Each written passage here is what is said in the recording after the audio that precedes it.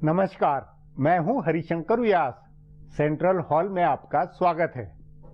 कांग्रेस और आप पार्टी के अरविंद केजरीवाल दोनों ने भाजपा पर दल बदल कराने राजनीतिक अस्थिरता का आरोप लगाया है। उत्तराखंड में कांग्रेस की हरीश रावत सरकार जैसे अचानक खतरे में आई, उसका ठीकरा भाजपा पर फोड़ा गया। इससे पहले अरुणाचल प्रदेश में कांग्रेस की सरकार गिरी। कांग्रेस के बागियों ने भाजपा समर्थन से वहां नई सरकार बनाई। वही कहानी उत्तराखंड में बनी है। सवाल है, इसके लिए कांग्रेस की लीडरशिप क्या जिम्मेवार नहीं है? कांग्रेस की यूं भी गिनी चुनी प्रदेश सरकारें हैं। कांग्रेस हाईकमान को सतर्कता से अपनी सरकारों पर नजर रखनी चाहिए, पर जैसा अरुणाचल प्रदेश में हुआ, लगभग वैसा ही उत्तराखंड में हो रहा है। हिसाब से कर्नाटक और हिमाचल प्रदेश में भी मुख्यमंत्री की कमान के खिलाफ सुगबुगाहट है। ऐसे में भाजपा भला क्यों न फायदा उठाए? अरविंद केजरीवाल ने इसे भाजपा की खुल्लम खुल्ला खरीद फरोख्त बताया है। उन्होंने कहा है कि भाजपा सबसे अधिक सत्ता की भूखी पार्टी साबित हो रही है। यह आलोचना बेमतलब है। अरुणाचल प्रदेश के टुक्की और उत्तराखंड में हरीश रावत अपने विधायकों को संभाल नहीं पाए, उसी का कांग्रेस को परिणाम भुगतना पड़ा है। विधायकों की सत्ता भूख पर अब नियंत्रण तभी रह सकता है जब असरदार लीडरशिप रहे, वैचारिक प्रतिबद्धता हो या संगठनात्मक चुस्ती बने। इन तीनों बातों में कांग्रेस में आज कमी है। ठीक विपरीत, भाजपा तीनों मामलों में आज अधिक दबंग है। तभी सभी विरोधी पार्टियां भाजपा के आगे लाचार साबित हो रही है। भाजपा अपनी सत्ता, लीडरशिप और विचारधारा के बूते दादागिरी बनाने में समर्थ है, जबकि विपक्ष का फोकस केवल हल्ला बोल पर है। आज इस पर चर्चा है, मगर उससे पहले गपशप और खास सुर्खियां हैं। शुरुआत सियासी गपशप से करते हैं।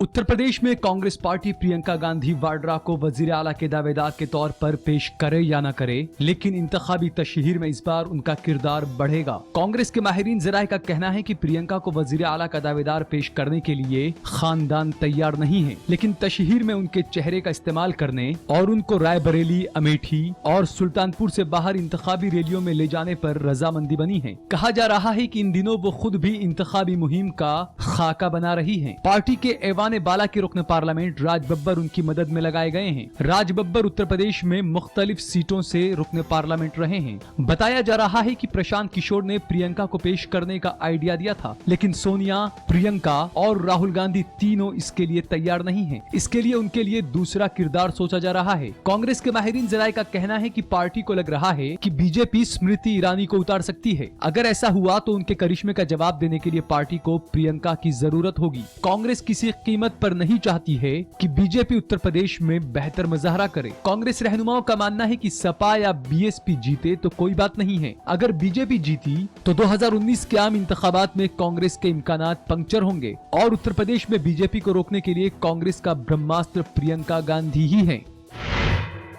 कांग्रेस पार्टी हिब्बुल वतनी से जुड़े मसले पर जानबूझकर कंफ्यूजन पैदा कर रही है। उसके रहनुमा मुख्तलिफ जबान बोल रहे हैं और पार्टी के आला रहनुमा खामोश हैं। दरअसल कांग्रेस नायब सदर राहुल गांधी के जेएनयू के तालिब इल्म के साथ मुजाहरे में शामिल होने को कांग्रेस के कई रहनुमा गलती मान रहे हैं, इसलिए इस गलती को सुधारने की कोशिश हो रही है। तभी उसके बाद किसी भी मसले पर सोनिया या राहुल गांधी ने कोई साफ मौकिफ नहीं लिया। आरएसएस के इजलास में भारत माता की जय बोलने की बात उठी तो कांग्रेस ने इस पर कंफ्यूजन पैदा किया। कांग्रेस जनरल सेक्रेटरी दिग्विजय सिंह ने कहा है कि ये नारा लगाने में कोई परेशानी नहीं है। महाराष्ट्र में कांग्रेस ने एमआईएम के रुकने असेंबली वारिस पठान को ये नारा नहीं लगाने के लिए असेंबली से निकाले जाने की तजवीज की हिमायत की, लेकिन बाद में पार्टी इस स्टैंड से पीछे हट गई। इसलिए अब तकरीबन 2 हफ्ते के बाद ऐसा लग रहा है कि पार्टी भारत माता की जय का नारा लगाने की हिमायत में भी है और मुखालफत में भी। इसी तरह कांग्रेस रुकने पार्लियामेंट और साबिक मरकजी वजीर फिर शशि थरूर ने जेएनयू में जाकर कन्हैया कुमार की बराबरी भगत सिंह से कर दी। इस पर भी कांग्रेस ने कंफ्यूजन बनाया। गुलाम नबी आजाद और मनीष तिवारी ने इस बयान से दूरी बनाई, तब भी थरूर अपने बयान पर कायम रहे। कहा जा रहा है कि कांग्रेस आलाकमान ने इस मामले को ज्यादा तूल न देने का फैसला किया। स्कूल कॉलेजेस में तिरंगा फहराने के मसले पर भी पार्टी के रहनुमाओं ने मुख्तलिफ बयान दिए और कंफ्यूजन बनाए रखा।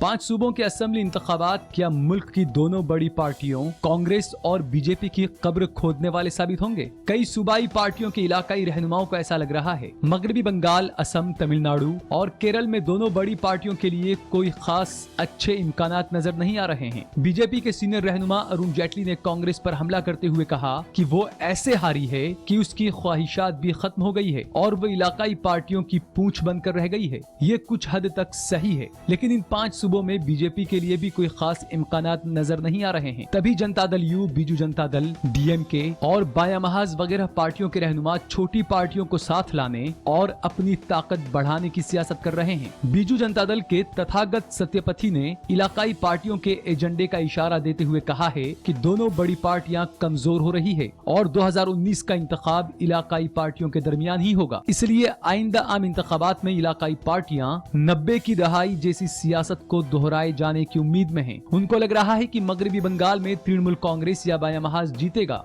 कांग्रेस और बीजेपी हाशिए की पार्टी रहेंगी। तमिलनाडु में डीएमके बनाम अन्ना डीएमके का ही मुकाबला है और वहां भी दोनों कौमी पार्टियां किनारे रहेंगी। केरल में कांग्रेस की सीटें कम होने का अंदाजा है। बीजेपी का भी सिर्फ खाता भर खुल पाएगा। असम में जरूर बीजेपी अच्छे मजाहरे की उम्मीद कर रही है, लेकिन वहां कांग्रेस कमजोर होगी और इन दोनों के मुकाबले एआईयूडीएफ और बीपीएफ की ताकत बढ़ सकती है। अब आज की सुर्खियां ये लीक से कुछ हटकर है और इनसे देश की दशा दिशा को बूझ सकेंगे।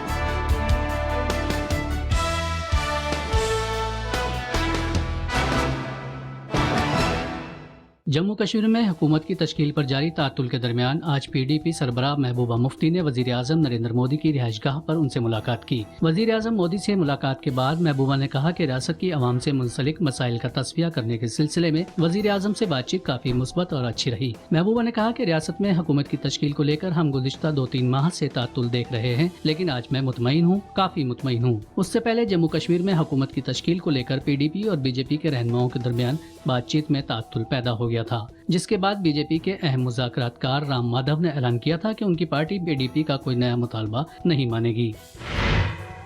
आम आदमी पार्टी के लीडर कुमार विश्वास पर जिनसी तौर पर हरासा करने का इल्जाम लगाने वाली खातून को दिल्ली हाई कोर्ट ने आज नोटिस जारी किया है। अदालत ने खातून से इल्जाम साबित करने के लिए सबूत पेश करने को कहा है। दरअसल कुमार विश्वास ने आज दिल्ली हाई कोर्ट में दिल्ली हुकूमत के उस हुक्म को चैलेंज किया है जिसमें उनके खिलाफ FIR दर्ज करने को कहा गया था। कुमार विश्वास की दरख्वास्त पर दिल्ली हाई कोर्ट की जज जस्टिस सुनीता गुप्ता ने दिल्ली पुलिस को भी नोटिस जारी किया और 21 जुलाई तक स्टेटस रिपोर्ट सौंपने को कहा है। वाज़ेह है कि दिल्ली की एक ज़िली अदालत ने 16 मार्च को अपने हुक्म में कहा था कि कुमार विश्वास के खिलाफ जो शिकायत की गई थी उसके मुताबिक उन्होंने खातून के साथ जिनसी ज्यादती की है और उसके साथ गलत बर्ताव किया है। ताहम दिल्ली पुलिस ने अदालत को कहा था कि कुमार विश्वास के खिलाफ इल्जाम लगाने वाली खातून के पास कोई सबूत नहीं है और खातून बार बार बयान बदल रही है।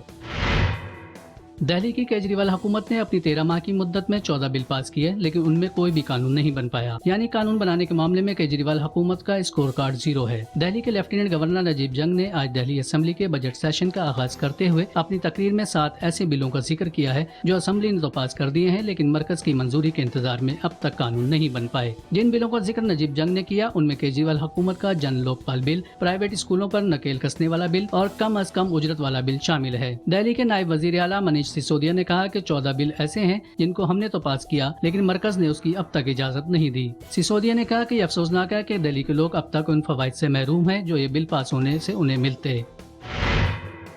बेल्जियम की दारुल हुकूमत ब्रसेल्स के बैनुल अक़वामी एयरपोर्ट और एक मेट्रो स्टेशन में आज सुबह बम धमाके हुए। उन बम धमाकों में तकरीबन 2 दर्जन अफराद के जाँ बहक होने और तकरीबन 3 दर्जन लोगों के जख्मी होने की खबर है। इन धमाकों के बाद ब्रसेल्स में लेवल 4 की इमरजेंसी का ऐलान किया गया है। बताया जा रहा है कि धमाके से पहले हमलावरों ने गोलियां चलाई। धमाके के बाद एयरपोर्ट और मेट्रो स्टेशन को खाली करा लिया गया और तमाम मेट्रो स्टेशन को बंद कर दिया गया। ब्रसेल्स के सबवे स्टेशन के पास ही यूरोपियन यूनियन का हेडक्वार्टर भी है। इस धमाके में यूरोपियन यूनियन के कई मुलाजिम भी जख्मी हुए हैं। बेल्जियम की मीडिया के मुताबिक खुदकुश हमलावर को ब्रसेल्स धमाकों धमाकों के लिए जिम्मेदार बताया गया है। बेल्जियम की मीडिया के मुताबिक एयरपोर्ट पर बम धमाका अमेरिकी एयरलाइंस के काउंटर के पास किया गया। बेल्जियम की हुकूमत ने उसे दहशतगर्दाना हमला करार दिया है। वजीर आज़म नरेंद्र मोदी ने इन धमाकों की खबर पर रद्द-ए-अमल जाहिर करते हुए कहा कि ब्रसेल्स की खबर परेशान करने वाली है। वजीर आज़म मोदी ने मुतासरा खानदानों के तहत ताज़ियत का इजहार किया है। फिलहाल अब एक ब्रेक है, फिर खुलासा होगा।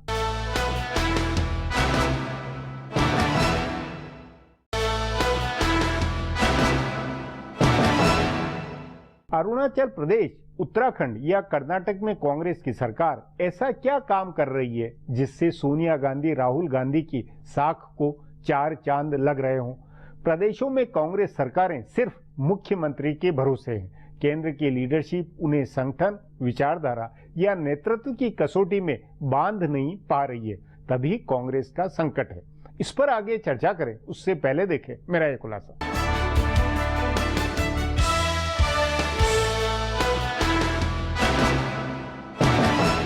अरुणाचल प्रदेश और उत्तराखंड के सियासी बहरान के लिए कांग्रेस के रहनुमा बीजेपी को जिम्मेदार ठहरा रहे हैं। कांग्रेस रहनुमाओं का कहना है कि बीजेपी मरकज के इख्तदार और पैसों का गलत इस्तेमाल करके ऑपोजिशन जमातों की मुंतखब की गई हुकूमतों को गैर मुस्तहकम कर रही है, लेकिन ये तंकीद सिर्फ सुनने में ही सही है। असली बहरान कांग्रेस का अपना है। कांग्रेस जहाँ भी इख्तदार में है वहाँ उसके अंदर आपसी चपकलिश बढ़ी है और कांग्रेस की आला कमान इसे दूर करने के लिए काम नहीं कर रही है। उत्तराखंड की ही मिसाल दी जा सकती है। वहाँ कांग्रेस क़यादत ने काफी पहले बगावत के बीज बो दिए थे। 16 साल पहले बने इस नए सूबे के सबसे सीनियर रहनुमा हरीश रावत थे। उनको काफी पहले सूबे का वजीर आला बनना चाहिए था, लेकिन कांग्रेस को पहली बार इख्तदार मिला तो एनडी तिवारी को वजीर आला बना दिया और दूसरी बार इख्तदार मिला तो विजय बहुगुणा को थोप दिया गया। जब हालात बिगड़ने लगे तो रावत को कमान दी गई। जब रावत को कमान मिली तो बहुगुणा हामियों को पूरी तरह से अलग थलग कर दिया गया। इससे उनके अंदर नाराजगी पनपी,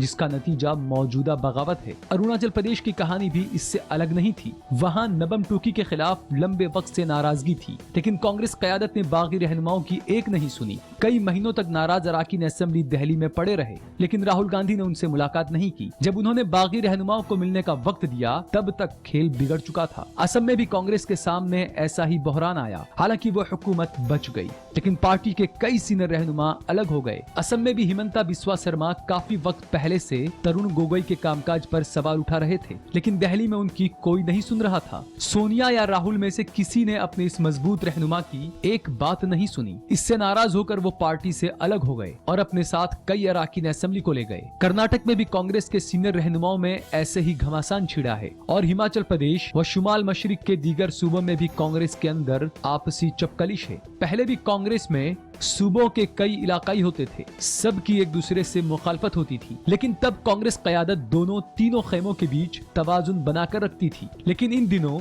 ये तवाजुन बिगड़ा हुआ है। दरअसल सोनिया गांधी ने कांग्रेस सदर बनने के बाद ये पॉलिसी अपनाई कि सूबों में जल्दी जल्दी वजीर आला नहीं बदलने हैं। उनसे पहले इंदिरा और राजीव गांधी के वक्त एक मियाद में कई वज़राए आला बदले जाते थे। इससे सूबों में इलाकाई पैदा नहीं होते थे। सोनिया ने इस हिकमत अमली को बदला। इसका कुछ फायदा हुआ तो कुछ नुकसान भी हुआ। बहरहाल अभी कांग्रेस के सामने चैलेंज ये है कि उसे मरकज के इक़्तिदार पर बीजेपी का मुकाबला करना है, जिसे जबरदस्त अक्सरियत के साथ इक़्तिदार मिला है। तो दूसरी जानिब सूबों में इलाकाइयों के चैलेंजेस का सामना करना पड़ रहा है। बीजेपी और सूबों के इलाकाइयों के मुकाबले कांग्रेस न तो करिश्माई और न दबंग क़यादत दे पा रही है और न ही जात बिरादरी या नजरियाती मजबूती दे पा रही है। इससे सभी सूबों में उसके रहनुमाओं में बेचैनी है। वो खुद को ज्यादा महफूज करने की जद्दोजहद में है। अब एक ब्रेक है, उसके बाद उत्तराखंड मामले में कांग्रेस की दशा पर चर्चा करेंगे।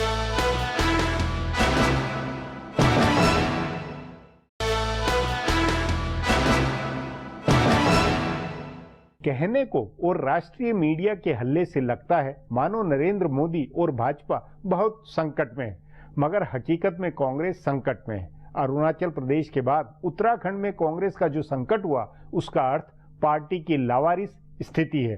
हाई कमान को पता ही नहीं पड़ता है और संकट हो जाता है। इस पर चर्चा के लिए आज मेरे साथ वरिष्ठ पत्रकार वेंकटेश केसरी है।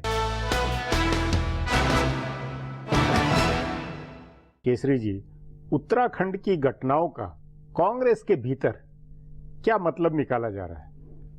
व्यास जी, ऐसा है, चाहे उत्तराखंड हो या इसके पहले अरुणाचल प्रदेश हो या आने वाले दिनों में कर्नाटक या हिमाचल प्रदेश हो, कि एक बात, एक मैसेज तो क्लियर गया कि हाई कमांड को पता नहीं है कि अंदर क्या हो रहा है। हाई कमांड के जो कान और आंख होते हैं वो जनरल सेक्रेटरी इंचार्ज होते हैं, लेकिन जनरल सेक्रेटरी इंचार्ज ने कांग्रेस अध्यक्ष सोनिया गांधी एक तो आगाह नहीं किया होगा या करने के बावजूद हाई कमांड ने इग्नोर किया होगा। इसी का ये नतीजा है। नहीं, पर ये क्यों है? कांग्रेस ऐसी तो नहीं हुआ करती थी, कांग्रेस का तो अलग इतिहास हुआ करता था। नहीं, कांग्रेस का इतिहास तो कांग्रेस ने इतनी पार्टियां तोड़ी है। अब आपको याद होगा जिस तेलुगु देशम पार्टी ने नरसिंह राव के खिलाफ कैंडिडेट नहीं दिया था 1991 में कि तेलुगु बिड्डा प्राइम मिनिस्टर बनने जा रहा है, तेलुगु देशम को तोड़ा। उसके बाद में शिवसेना ये भुजबल को 1992 में तोड़ दिया उन्होंने।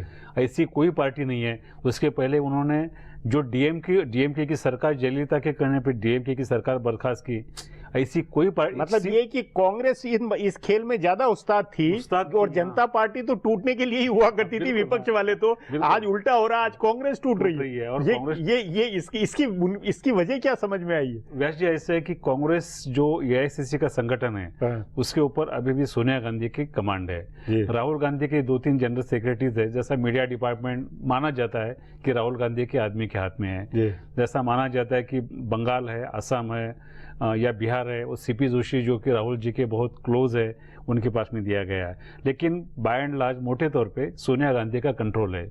अब उत्तराखंड की इंचार्ज है अंबिका सोनी। अंबिका सोनी एक जमाने में कांग्रेस की पॉलिटिकल एडवाइजर होती थी। अब उनको पता नहीं है ऐसा कैसा हो सकता है। विजय बहुगुणा जो कि पहले के चीफ मिनिस्टर रह चुके हैं, जब वो खुल के बाहर आ रहे, इसका मतलब इन्होंने ध्यान नहीं दिया होगा या अंडरस्टैंड किया होगा। ध्यान नहीं देने वाली बात वहाँ नारायण स्वामी के जरिए वहां भी हुई थी। अरुणाचल प्रदेश में मेजोरिटी थी उनकी, मेजोरिटी। ऐसा नहीं कि बॉर्डर पे अपने इंडिपेंडेंस के साथ में गया है। अरुणाचल के उसके इंचार्ज थे नारायण स्वामी जी, तो वो नहीं कर पा रहे। अब लोग बोल रहे कि लोग कहते हैं कि कांग्रेस वाले कि अब कर्नाटक में चीफ मिनिस्टर के खिलाफ रिजेंटमेंट है क्योंकि वो कांग्रेसी है नहीं है, वो कांग्रेस जैसी बात नहीं करते, उनकी स्टाइल ऑफ फंक्शनिंग नहीं है। अगर कल ऐसा कुछ हो गया तो उसके अंदर अचरज की कोई बात नहीं रहेगी। नहीं, तो मतलब इसका मतलब ये है कि भाजपा का नहीं, ये कांग्रेस का ज्यादा खुद का संकट है जिसके चलते ये संकट बन रहा है। तो ऐसा दे रहा है, कांग्रेस वाले रिकॉर्ड पे कह रहे हैं कि मनी और मसल पावर है, बट रियलिटी ऐसी है कि वो अपने एमएलए को साथ में नहीं रख पा रहे। नहीं, तो इसकी वजह क्या केसरी जी? ये नहीं लगता है कि कांग्रेस की लीडरशिप की का संकट है कि हाईकमान की अब धमक नहीं है, लीडरशिप में दम नहीं है, दबंग नहीं है, विचारधारा का एक वो जो चुंबक होता है वो नहीं है, संगठनक मजबूती नहीं है। ये बड़े क्राइसिस नहीं है इसके पीछे? व्यास जी, ऐसा है कि 2014 में जो कांग्रेस की हार हुई है उसके बाद में कांग्रेस ने सीखा नहीं है या कांग्रेस कुछ नहीं कर पा रही मतलब है। उसके बाद और वो केवल हल्ला बोल पर ही अपने आप में ज्यादा क्या, वो टारगेट कर रहे, वो बाइट दे रहे, वो ट्वीट कर रहे, वो अटैक कर रहे, लेकिन उससे संगठन मजबूत नहीं होता। उससे न विचारधारा बनती जिससे विधायक और सब बंधे रहे। बिल्कुल, हाँ, उससे विचारधारा नहीं बनती। और जब विधायक टूट रहे हैं तो कारण क्या है इसके? एक तो पहले तो जनरल सेक्रेटरी ने हाईकमान को बताना चाहिए कि हमको ये करेक्टिव स्टेप्स करना चाहिए, वो कर नहीं पाए उन्होंने। नहीं, उसमें ये नहीं लगता कि एकदम अचानक कांग्रेस में ये धारणा बनी है कि जो मुख्यमंत्री है या जो छत्रप है उसको पूरी फ्रीडम, पूरा खुली छूट दे दी जाए जिसके कारण की पार्टी आगे सुरक्षित रहे? ये सोच नहीं लगती मुझे कि हरीश रावत को भी इसीलिए पूरी तरह खुला हाथ दिया गया? मुझे लगता है आपके कहने में दम इसलिए है कि कांग्रेस अभी कोई भी रीजनल क्षेत्र को टच करने के मूड में नहीं है। जो है जिसको एक बार सुपुर्द है वैसा है। वो हार गए और दूसरा फिर कुछ हो गया गड़बड़ तो इनके पास में कोई फेस नहीं है। तो समझो हरीश रावत है तो चलो अगले साल चुनाव है उन्हीं के हाथ में दे दो। हालांकि असम में कांग्रेस का पूरा सफाया हुआ लोकसभा में, यानी नॉर्मली सफाई होने के बाद में लीडरशिप को चेंज करना पड़ता है, लेकिन गोगोई को उन्होंने चेंज नहीं किया, तरुण गोगोई को। उसके बाद में वो हेमंत बिश्व शर्मा बाहर निकले। पर ये बात तो सोनिया गांधी के अध्यक्ष बनने के बाद से ही चली आ रही है केसरी जी की। सोनिया गांधी ने मुख्यमंत्री नहीं बदले, जो एक बार बन गया वो लगातार कंटिन्यू रहा, जबकि इंदिरा गांधी नए नए करती रहती थी, बैलेंस बनाती थी, कई छत्रप बनाती थी। वो पूरी एक तरह से सोच बदली है। वो एक अपवाद है महाराष्ट्र का।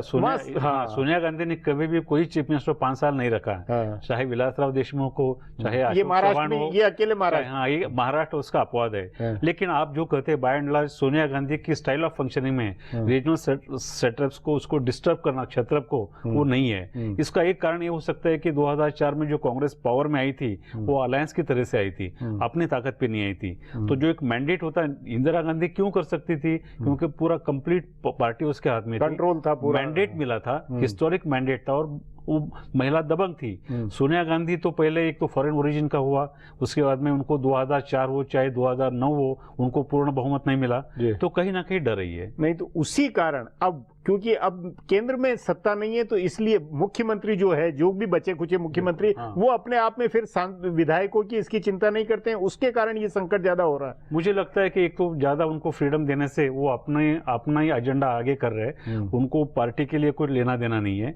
या एमएलए जो भी है, क्योंकि आप देखिए अगले साल उत्तराखंड का चुनाव है, एक साल के अंदर है, उसके बाद में हिमाचल में है, फिर तो उसके बाद तो एक के बाद एक कई जगह। अब इनके पास में बचा एक ही बड़ा स्टेट है, वो है कर्नाटका। तो केरला में अभी चुनाव है, तो केरला में चीफ मिनिस्टर खुद कंट्रोवर्शियल है, तो कांग्रेस समझ में नहीं आ रहा कि ये कांग्रेस की सोच क्या है। नहीं, और उस सोच का कोई समाधान भी, या उस पर गंभीर चिंतन मंथन, क्योंकि देखिए ये दूसरा राज्य है जहां की सरकार स्थिर हुई है, और उसके बावजूद कोई कार्य समिति की बैठक या कुछ जनरल सेक्रेटरी की बुला के मीटिंग या इस तरह की कोई कवायद आपको नजर नहीं आई? कार्य समिति की बैठक तो कोई रेजोल्यूशन पास करना है तो उसी समय बुलाते हैं, लेकिन जो एक मैसेज 10 जनपद से जाना चाहिए कि हमको कुछ करना है। मुझे याद है कि 1984 में जब बीजेपी के 2 सांसद आए थे, उस समय में बीजेपी का शीर्ष नेतृत्व गड़बड़ा गया था, लेकिन उन्होंने अपने आप को संभाला, लेकिन 2 साल के बावजूद भी कांग्रेस संभल नहीं पा रही है। जी केसरी जी, बातचीत को यहीं समाप्त करेंगे। प्रोग्राम में आने के लिए बहुत बहुत धन्यवाद। हमारा प्रोग्राम अब यहीं खत्म होता है। आग्रह है प्रोग्राम पर अपनी राय hsvyas@nayaindia.com पर ईमेल करके बताएं, या hsvyas@Twitter और Facebook/नया इंडिया न्यूज़पेपर पर जाहिर करें। अब कल फिर मिलेंगे इसी चैनल पर इसी समय।